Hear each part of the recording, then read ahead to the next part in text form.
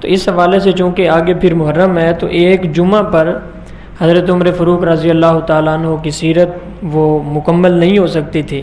تو انشاءاللہ وہ بعد میں پھر 2-3 جمعوں پر تفصیل کے ساتھ عرض کریں گے۔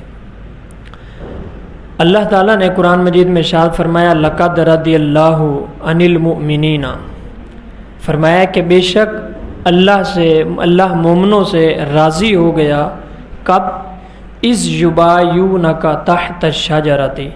کہ اے محبوب جب آپ ان لوگوں سے، صحابہ کرام سے درخت کے نیچے بیعت لے رہے تھے، تب اللہ ان سب سے راضی ہو گیا تھا۔ اب یہ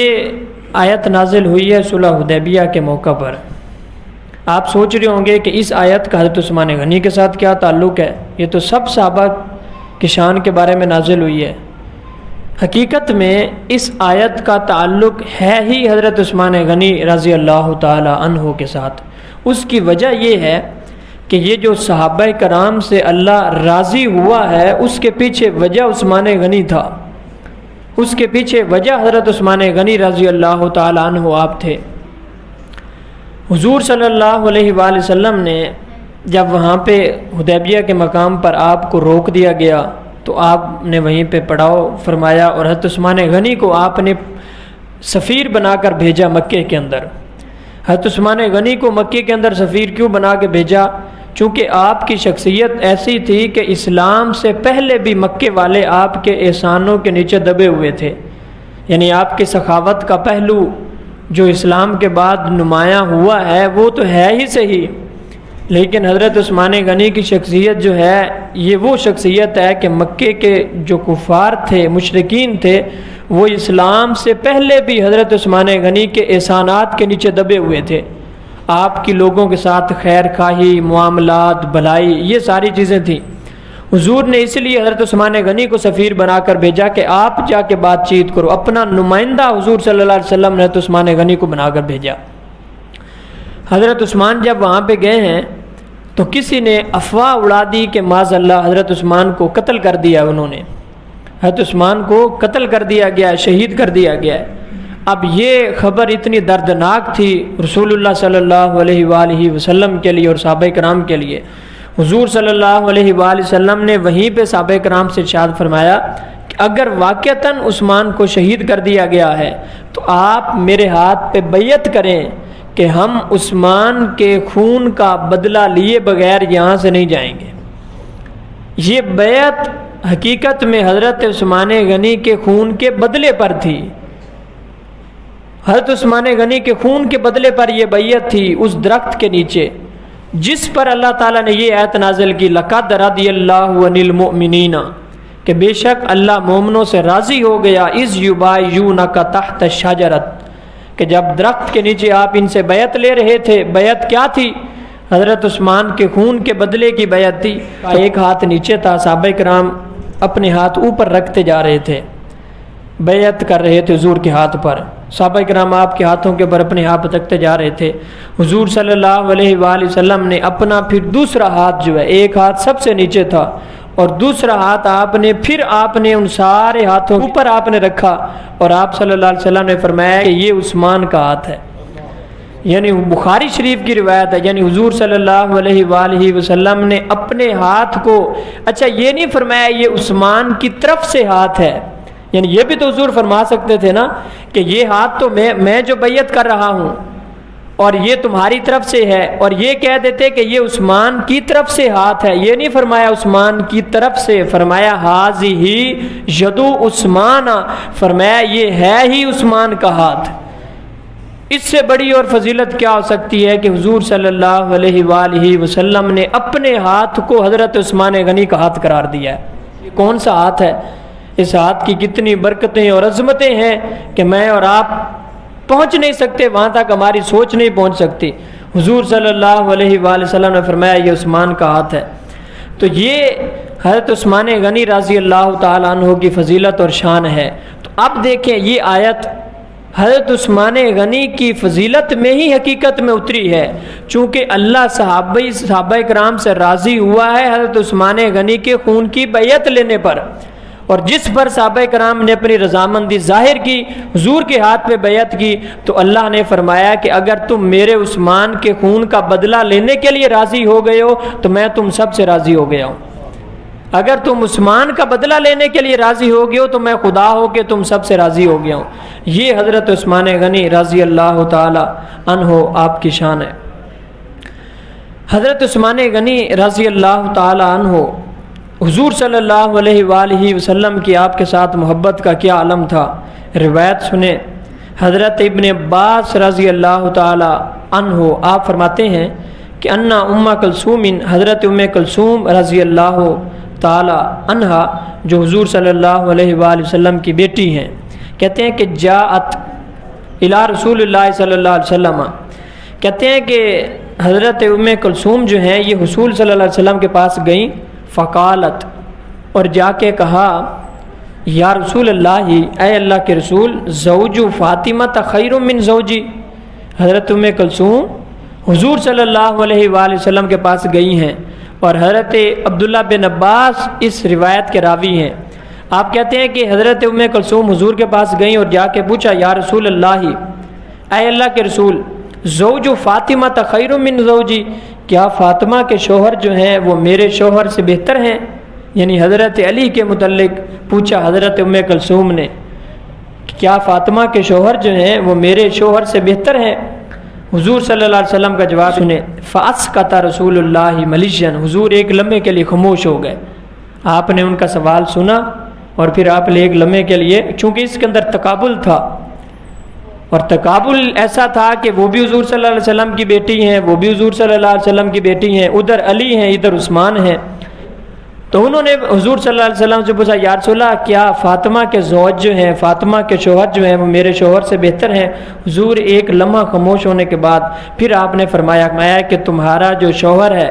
زوجو کی یحب اللہ و رسولہ، فرمایا تمہارے شوہر کی شان یہ ہے کہ وہ اللہ اور اس کے رسول سے محبت کرتا ہے، وَيُحِبُّهُ اللَّهُ وَرَسُولَهُ، اور فرمایا یہ محبت یک طرفہ نہیں ہے، وہ اللہ اور اس کے رسول سے محبت کرتے ہیں، اللہ اور اس کا رسول اس سے محبت کرتا ہے۔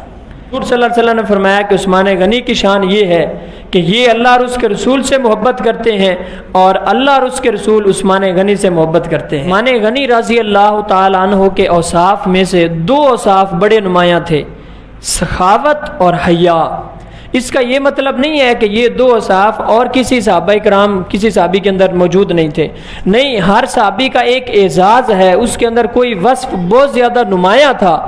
حضرت عثمان غنی رضی اللہ تعالی عنہ آپ کے یہ دو اوصاف بڑے نمایاں تھے۔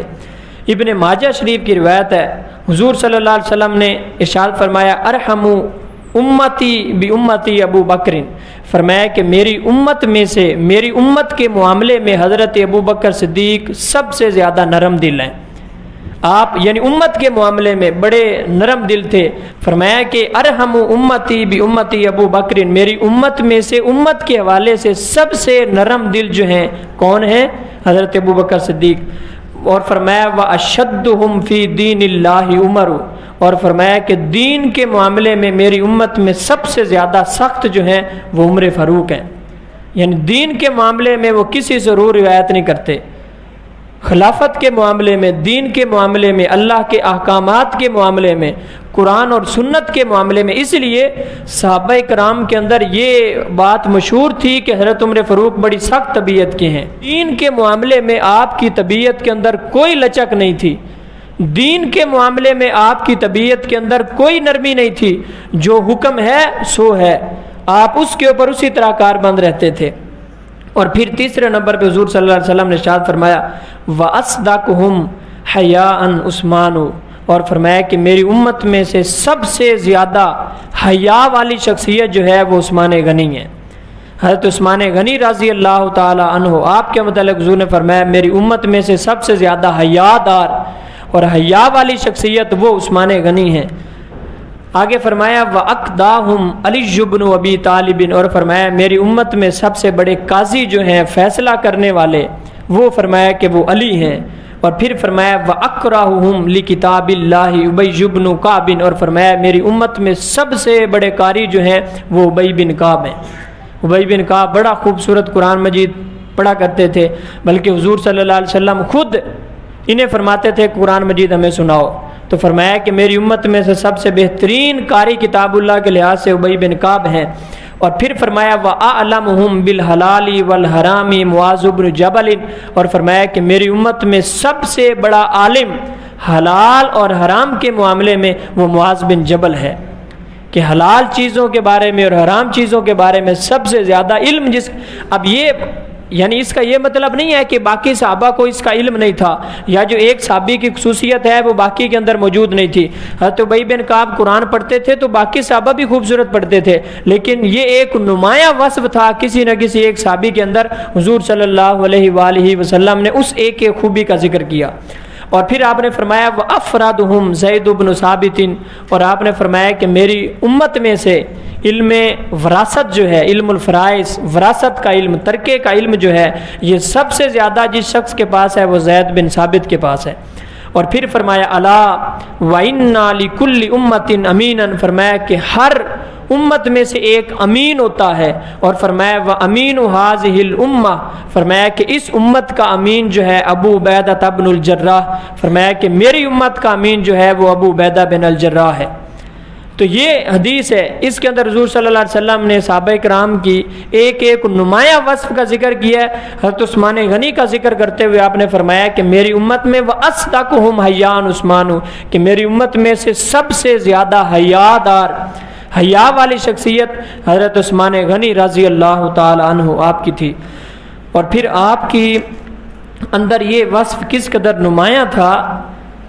حضرت عثمان غنی رضی اللہ تعالی، مسلم شریف کی روایت ہے، اس سے اور بھی بات کھل کے واضح ہو جائے گی۔ حضرت عائشہ صدیقہ رضی اللہ تعالی عنہ آپ بیان کرتی ہیں کہ حضور صلی اللہ علیہ وآلہ وسلم اپنے گھر میں تشریف فرما تھے، لیٹے ہوئے تھے، اور جس طرح بندہ اپنے گھر میں بے تکلف لیٹتا ہے، تو حضور صلی اللہ علیہ وسلم کی پنڈلی سے آپ کا تہبند جو ہے وہ ہٹا ہوا تھا۔ اب گھر میں تھے تو بے تکلف آپ لیٹے ہوئے تھے، تو حضور کی پنڈلی سے، مسلم شریف کی روایت ہے، آپ کا تہبند جو ہے پنڈلی سے ہٹا ہوا تھا، ٹانگ سے۔ تو کہتے ہیں کہ دروازہ کھٹکھٹایا تو حضرت ابوبکر صدیق تھے، انہوں نے اجازت چاہی، تو حضور صلی اللہ علیہ وسلم نے انہیں بھی اجازت دی، وہ آئے، جو بات کرنی تھی بات کر کے چلے گئے۔ حضور صلی اللہ علیہ وسلم جس طرح آرام فرما تھے اسی طرح پڑے رہے، آپ نے اپنی حیات کے اندر کوئی تبدیلی نہیں واقع کی، اسی طرح آپ تشریف فرما رہے۔ حضرت عائشہ فرماتی ہیں پھر حضرت عمر فاروق تھوڑی دیر کے بعد آپ تشریف لے آئے، اور پھر بھی حضور صلی اللہ علیہ وآلہ وسلم اسی طرح لیٹے رہے، جس طرح آپ پڑے تھے بے تکلف آپ اسی طرح پڑے رہے، لیٹے رہے آپ۔ حضرت عمر فاروق آئے اور انہوں نے آپ سے جو بات کرنی تھی وہ بات کی، حضور نے بتائی، وہ اپنا کام کر کے چلے گئے۔ آپ فرماتی ہیں کہ پھر حضرت عثمان غنی آ گئے، انہوں نے دروازہ کھٹکھٹایا، تو اجازت دینے سے پہلے حضرت عائشہ فرماتی ہیں کہ حضور صلی اللہ علیہ وآلہ وسلم اٹھ کے بیٹھ گئے، اور آپ صلی اللہ علیہ وسلم نے اپنا کپڑا درست کر لیا۔ حالانکہ ستر عورت جو ہے وہ تو حضور صلی اللہ علیہ وسلم کا ایسا نہیں ہے کہ وہ کوئی ننگا تھا، یعنی پنڈلی سے کپڑا ہٹا ہوا تھا۔ تو حضور صلی اللہ علیہ وسلم حضرت عثمان غنی رضی اللہ تعالی عنہ جب آپ آئے ہیں تو حضرت عائشہ فرماتی ہیں کہ حضور صلی اللہ علیہ وسلم اٹھ کے بیٹھ گئے اور آپ نے اپنا کپڑا درست کر لیا۔ حضرت عثمان غنی آئے ہیں، انہوں نے بات کی ہے، جو بھی بات کرنی تھی وہ بات کر کے چلے گئے۔ اب حضرت عائشہ کی طبیعت کے اندر یہ تجسس پیدا ہوا کہ آخر یہ کیا ماجرا ہے کہ حضرت عمر فاروق اور ابو بکر صدیق آئے ہیں، تو حضور صلی اللہ علیہ وسلم اسی طرح بے تکلف آپ جس طرح تشریف فرما تھے اسی طرح آپ تشریف فرما رہے ہیں، لیکن حضرت عثمان غنی آئے ہیں تو اس قدر اپنی طبیعت کے اندر تبدیلی کی حضور صلی اللہ علیہ وسلم نے لائی ہے۔ حضرت عائشہ نے سوال کیا، یا رسول اللہ داخل ابو بکرین، آپ پر ابو بکر آئے، فلم تحتش لہو، آپ نے ان کے لیے کوئی اضافی پروٹوکول نہیں دیا، آپ اسی طرح تشریف ولم تبال ہی، اور نہ ہی آپ نے کوئی ان کے آنے پر اپنی حیت کو تبدیل کیا ہے۔ داخلہ عمر فلم تحتش لہو ولم تبال ہی، اسی طرح حضرت عمر فاروق آئے ہیں پھر بھی آپ اسی طرح اسی پوزیشن میں رہے۔ ثم داخل عثمان فجلستا وسویتا ثیابک، پھر آپ کے اوپر جب داخل ہوئے حضرت عثمان، فجلستا آپ اٹھ کر بیٹھ گئے ہیں، فسویتا ثیابک اور اپنے کپڑوں کو درست کیا ہے۔ یہ کیوں کیا ہے؟ حضور صلی اللہ علیہ وآلہ وسلم نے جواب ارشاد فرمایا، الا استحجی من رجل، فرمایا عائشہ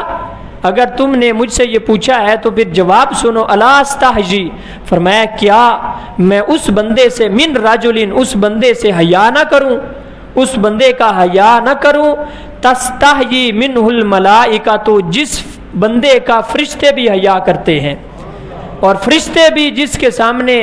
حیا کا پاس رکھتے ہیں۔ فرمایا کہ حضرت عثمان غنی تو وہ ہیں کہ ان کے سامنے فرشتے بھی حیا کرتے ہیں، تو پھر میں ان کے ادب و احترام میں حیا کیوں نہ کروں۔ یہ حضرت عثمان غنی رضی اللہ تعالی عنہ آپ کے یہ حیا کا علم تھا۔ حضور صلی اللہ علیہ وسلم فرمایا میری امت کے، اور بخاری شریف کے روایت کے لفظ تو یہ ہیں کہ حضور صلی اللہ علیہ وسلم نے پھر آگے یہ بھی فرمایا کہ حضرت عمر فاروق اور حضرت ابو بکر صدیق نے تو اپنی بات کر لی تھی، اگر میں اسی طرح اپنی حیت میں رہتا تو عثمان غنی اپنی شرم اور حیا کی وجہ سے بغیر بات کہہ چلے جاتے،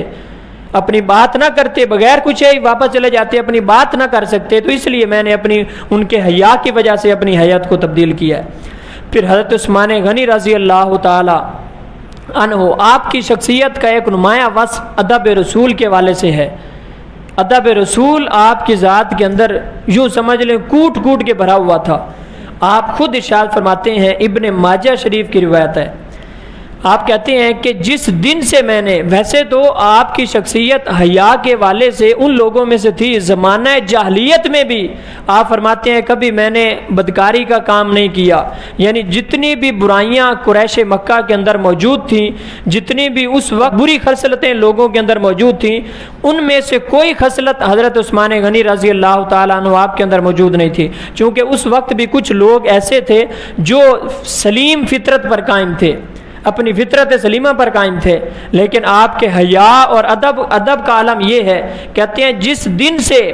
میں نے رسول اللہ صلی اللہ علیہ وآلہ وسلم کے ہاتھ میں ہاتھ دے کر میں نے اسلام قبول کیا ہے اور آپ کے ہاتھ پر اسلام کی بیعت کی ہے، آپ فرماتے ہیں وہ دن گیا اور آج کا دن ہے، کہتے ہیں آج تک میں نے اپنے دائیں ہاتھ سے اپنی شرمگاہ کو نہیں چھوا۔ یعنی یہ حضور صلی اللہ علیہ وسلم کی بارگاہ کا ادب تھا کہ جو ہاتھ حضور کو مس کر گیا ہے، جس ہاتھ نے حضور کے جسم کو چھوا ہے، اب میری غیرت اور حیا گوارا نہیں کرتا کہ اس ہاتھ سے میں اپنی شرمگاہ کو چھوں۔ اور کہتے ہیں جس دن سے میں نے حضور کی بیعت کی ہے اس کے بعد سے نہ کبھی میں نے جھوٹ بولا ہے، نہ بدکاری کی ہے، نہ کسی کو دھوکہ دیا ہے۔ یہ ہے عثمان غنی رضی اللہ تعالی عنہ کا ادب مصطفیٰ تھا۔ اور ادب مصطفیٰ ابھی ہم نے جو آیت پڑھی ہے صلح حدیبیہ کے موقع پر، حضرت عثمان غنی رضی اللہ تعالیٰ عنہ آپ کو جب حضور صلی اللہ علیہ وسلم نے مکہ کا سفیر بنا کر بھیجا، آپ اتنے عرصے بعد آئے ہیں، تو قریش مکہ نے کہا کہ چلے باقیوں کو تو ہم نے روک لیا ہے، اب تمہارے سامنے خانہ کعبہ ہے، تمہیں ہم موقع دیتے ہیں، تم عمرہ بھی کر سکتے ہو، طواف بھی کر سکتے ہو۔ حضرت عثمان غنی کے ادب کا عالم یہ تھا، آپ نے فرمایا کہ میں تب تک طواف نہیں کروں گا جب تک رسول اللہ صلی اللہ علیہ وسلم طواف نہیں کریں گے۔ آپ بغیر طواف کیے واپس چلے گئے۔ آپ نے فرمایا تم تو خانہ کعبہ کو سمجھ رہے ہو مگر میرا کعبہ حدیبیہ کے مقام پر بیٹھا ہے۔ فرمایا جب تک حضور صلی اللہ علیہ وآلہ وسلم طواف نہیں کریں گے، تم نے تاجدار کائنات کو طواف کرنے سے روک دیا ہے اور عثمان کو اجازت دیتے ہو۔ فرمایا کہ میرا ادب یہ گوارا نہیں کرتا کہ حضور حدیبیہ کے مقام پر ہوں اور میں طواف کروں۔ فرمایا جب تک حضور طواف نہیں کریں گے میں بھی طواف نہیں کروں گا۔ آپ نے طواف نہیں کیا، بغیر طواف کیا آپ واپس چلے گئے۔ اب حضور صلی اللہ علیہ وآلہ وسلم کے حضرت عثمان غنی کے ساتھ محبت کا عالم دیکھیں، محبت کا عالم دیکھیں۔ ترمذی شریف کی روایت ہے، ان جابر قال اتی رسول اللہ صلی اللہ علیہ وآلہ وسلم بجنازۃ رجل، حضرت جابر کہتے ہیں کہ حضور صلی اللہ علیہ وآلہ وسلم کے پاس ایک جنازہ لایا گیا، ایک میت کو لایا گیا اور آپ سے عرض کیا گیا یا رسول اللہ آپ نماز جنازہ پڑھا دیں۔ ایک شخص کا جنازہ آپ کے سامنے لایا گیا، لیصلی علیہ، تاکہ آپ اس کے اوپر نماز جنازہ پڑھائیں۔ اچھا، حضور صلی اللہ علیہ وسلم نے فلم یصلی علیہ، حضور نے اس پر نماز جنازہ نہیں پڑھائی، نماز جنازہ پڑھانے سے آپ نے انکار کر دیا۔ صحابہ کرام حیران ہوئے کہ یہ ایسا کبھی نہیں ہوا کہ کسی مسلمان شخص کا جنازہ حضور کے سامنے لایا گیا ہو، کلمہ گو ہو، کلمہ پڑھتا ہو، مسلمان ہو، اور اس کا جنازہ حضور صلی اللہ علیہ وآلہ وسلم کے سامنے لایا گیا ہو اور حضور صلی اللہ علیہ وآلہ وسلم نے انکار کیا ہو۔ آج حضور صلی اللہ علیہ وسلم نے اس شخص کا جنازہ پڑھنے سے انکار کر دیا ہے۔ فقیل یا رسول اللہ، حضور سے کہا گیا یا رسول اللہ ما رأینا کا، ہم نے آپ کو کبھی نہیں دیکھا، ترکت الصلاۃ علی احد قبل ھذا، اس جنازے سے پہلے کبھی ہم نے آپ کو نہیں دیکھا کہ آپ نے کسی کا جنازہ پڑھانے سے انکار کیا ہو، کسی کی نماز جنازہ آپ نے چھوڑی ہو۔ قال، حضور صلی اللہ علیہ وسلم نے جواب فرمایا انہ کان یبغض عثمان، فرمایا کہ بات ایسے ہی ہے، میں کسی کا نماز جنازہ پڑھانے سے انکار نہیں کرتا، لیکن ماجرا یہ ہے کہ یہ جس شخص کی میت ہے جس کو تم میرے پاس لائے ہو جنازہ پڑھانے کے لیے، فرمایا کہ انہ کان یبغض عثمان، فرمایا کہ اس بندے کے دل میں عثمان غنی کا بغض تھا، اس لیے میری غیرت گوارا نہیں کرتی کہ عثمان غنی سے بغض رکھنے والے کا میں جنازہ پڑھاؤں۔ حضور صلی اللہ علیہ وسلم نے اس کا جنازہ نہیں پڑھایا۔ پھر آپ نے فرمایا فَأَبْغَضَهُ اللَّهُ، فرمایا کہ اللہ نے اس بندے کو ناپسند کیا ہے حضرت عثمان غنی سے بغض رکھنے کی وجہ سے۔ اس سے بڑی اور پھٹکار کیا ہو سکتی ہے کہ حضرت عثمان غنی کا کوئی بغض رکھے۔ حضرت عثمان غنی کا بغض دل میں رکھنے کی وجہ سے حضور صلی اللہ علیہ وآلہ وسلم نے جنازہ تک نہیں پڑھایا، آپ نے جنازہ نہیں پڑھایا، آپ نے فرمایا کہ عثمان غنی سے بغض رکھتا ہے۔ حضرت عثمان غنی کی شخصیت کون شخصیت ہے؟ عشرہ مبشرہ جنہیں ہم کہتے ہیں، جنہیں حضور صلی اللہ علیہ وآلہ وسلم نے اپنی زندگی میں 10 لوگوں کو حضور نے بشارت دی تھی جنت کی، ان میں حضرت عثمان غنی رضی اللہ تعالی عنہ آپ کی ذات بھی ہیں، اور آپ کو ایک مرتبہ نہیں، حضور نے اپنی زندگی میں 12 مرتبہ جیتے جی حضور نے زندگی کے اندر حضرت عثمان غنی کو جنت کی بشارت دی ہے۔ بخاری شریف کی روایت ہے، حضرت ابو موسیٰ اشعری بیان کرتے ہیں کہ میں حضور صلی اللہ علیہ وسلم کے ساتھ مدینہ کے باغات میں سے ایک باغ میں بیٹھا ہوا تھا، حضور بھی تشریف فرما تھے، میں بھی حضور کے ساتھ بیٹھا ہوا تھا۔ ابو موسیٰ اشعری کہتے ہیں، آپ کہتے ہیں وہ باغ ایسا تھا جس باغ کے چاروں طرف باڑ لگائی گئی تھی اور اس کا دروازہ لگایا ہوا تھا۔ کہتے ہیں کہ دروازہ کھٹکھٹایا گیا تو حضور صلی اللہ علیہ وآلہ وسلم نے فرمایا کہ یہ جو شخص دروازہ کھٹکھٹا رہا ہے اس کو آنے کی اجازت دے دو اور اس کو جنت کی بشارت دے دو۔ کہتے ہیں میں گیا، میں نے دروازہ کھولا تو آگے حضرت ابوبکر صدیق تھے، میں نے دروازہ ہٹایا اور انہیں جنت کی بشارت دے دی، انہوں نے اس پر اللہ کی حمد بیان کی اور اللہ کا شکر ادا کیا۔ کہتے ہیں پھر دروازہ کھٹکھٹایا گیا اور پھر کسی نے اجازت چاہی، حضور نے فرمایا جو شخص آ رہا ہے، آپ نے فرمایا کہ اس بندے کو جنت کی بشارت دے دو اور فرمایا دروازہ کھول دو، اس کو آنے دو۔ ابو موسیٰ اشعری کہتے ہیں کہ میں گیا، میں نے دروازہ کھولا اور حضرت عمر فاروق تھے، انہیں میں نے حضور کی یہ بات بتائی، انہوں نے اللہ کی حمد بیان کی اور اللہ کا شکر ادا کیا اس پر۔ پھر کہتے ہیں تیسری مرتبہ دروازہ پھر کھٹکھٹایا گیا، حضور صلی اللہ علیہ وآلہ وسلم نے فرمایا افتح لہ وبشرہ بالجنہ، میں اس کے لیے بھی دروازہ کھول دو اور اس کو جنت کی بشارت دے دو، الا بلوا تصیبہ، فرمایا کہ جو مصیبتیں اور پریشانیاں انہیں زندگی میں آئیں گی وہ جو شہادت کے وقت اور آپ کو خلافت کے دوران پیش آئی تھی، حضور صلی اللہ علیہ وسلم نے پہلے نشاندہی کر دی تھی، فرمایا کہ ان مصیبتوں میں آزمائشوں میں کامیاب ہونے کے بعد یہ شخص بھی جنت میں جائے گا۔ وہ حضرت عثمان غنی تھے۔ تو حضرت ابو موسیٰ اشعری کہتے ہیں فَأَخْبَرْتُهُ بِالَّذِي قَالَ، کہتے ہیں کہ میں نے حضرت عثمان غنی کو جا کے یہ ساری خبر دی کہ حضور نے ایسے ایسے تمہارے بارے میں فرمایا کہ انہیں جنت کی ضمانت دے دو، اور حضور نے فرمایا کہ تمہارے لیے کچھ آزمائشوں کا ذکر بھی کیا ہے، کچھ مصیبتوں کا ذکر بھی کیا ہے۔ تو آپ نے فرمایا اللہ المستعان، بے شک اللہ تعالیٰ ہی ہے جو میری مدد فرمائے گا۔ یہ حضرت عثمان غنی رضی اللہ تعالیٰ عنہ کی شخصیت ہے۔ اب آپ کی شخصیت کا دوسرا بڑا وصف جو میں نے ذکر کیا وہ تھا سخاوت،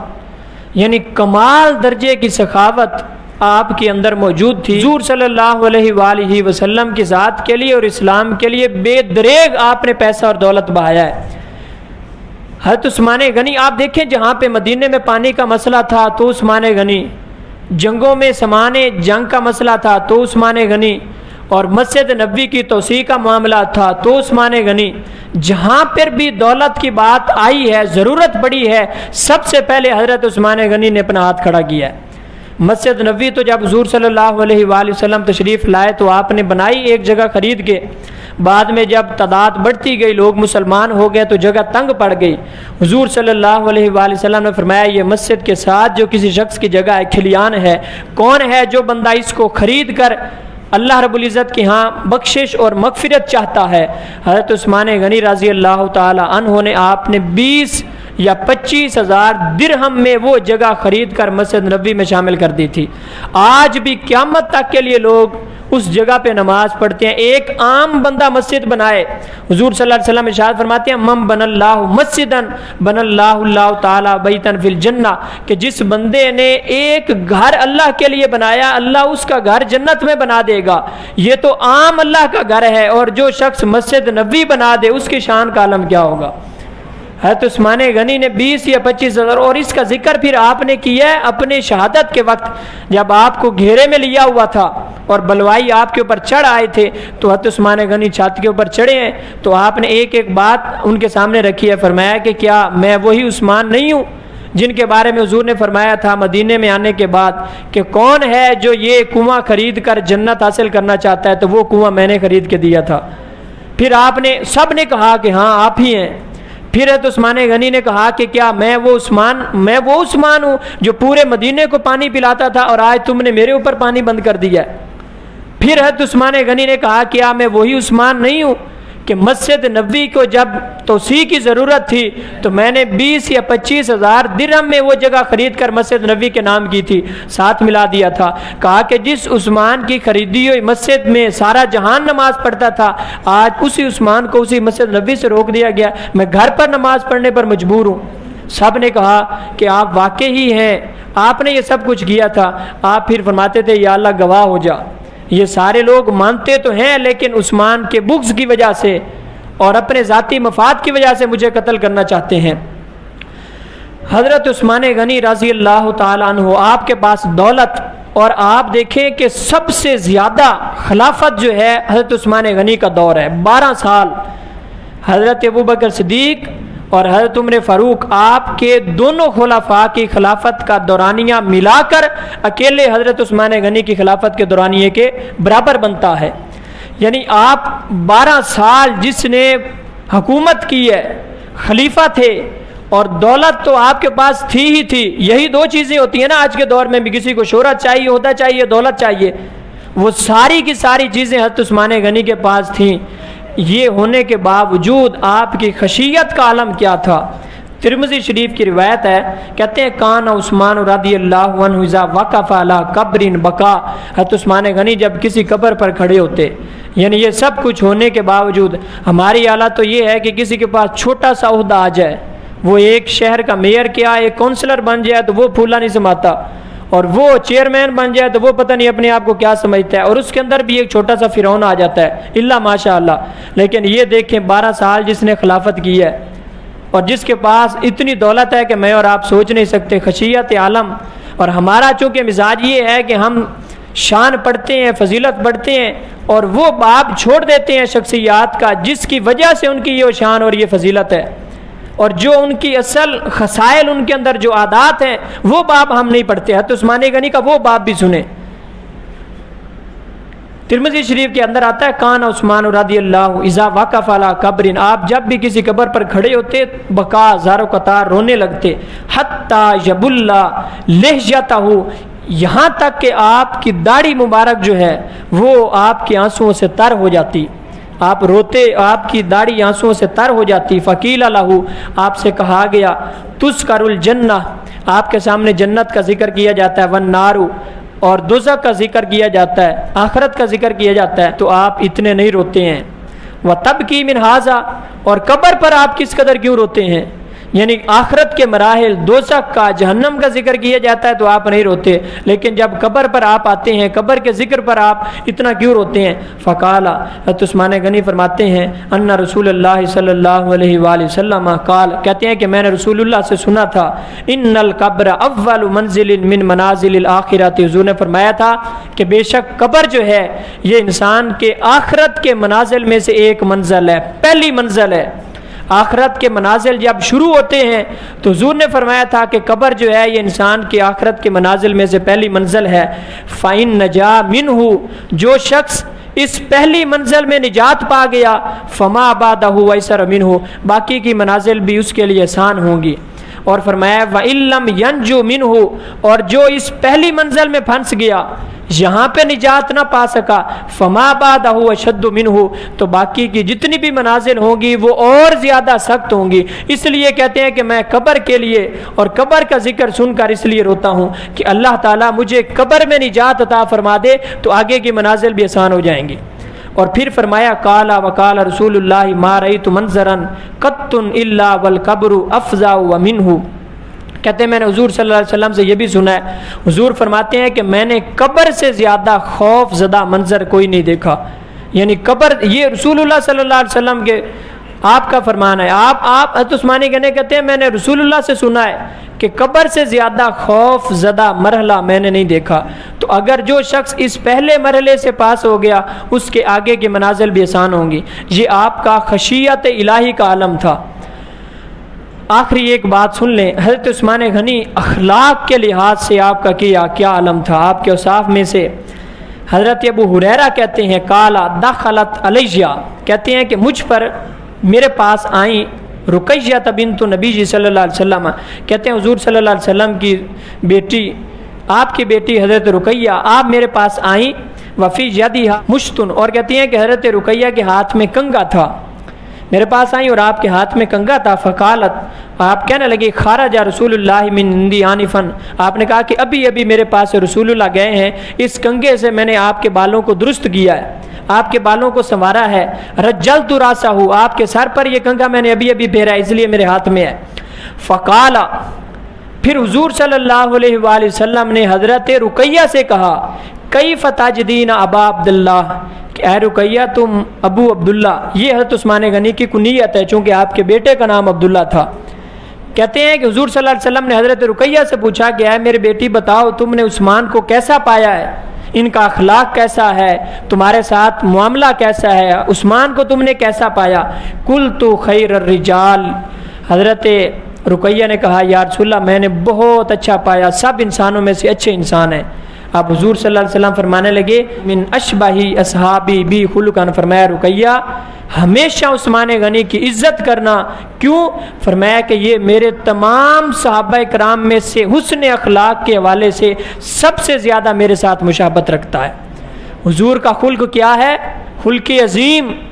کہ اے اللہ تعالیٰ قرآن میں ارشاد فرماتا ہے کہ اے محبوب ہم نے آپ کو خلق عظیم پر فائز کیا ہے، اور حضور صلی اللہ علیہ وسلم فرماتے ہیں کہ اے میری بیٹی ہمیشہ عثمان غنی کی عزت کرنا، چونکہ حسن اخلاق کے والے سے یہ میرے سارے صحابہ کرام میں سے سب سے زیادہ میرے مشابہ ہے، وہ عثمان غنی ہے، یہ عثمان غنی ہے۔ اللہ رب العزت ہمیں آپ کے نقش قدم پر چلنے کی توفیق عطا فرمائے۔ وآخر دعوانا ان الحمد للہ رب العالمین۔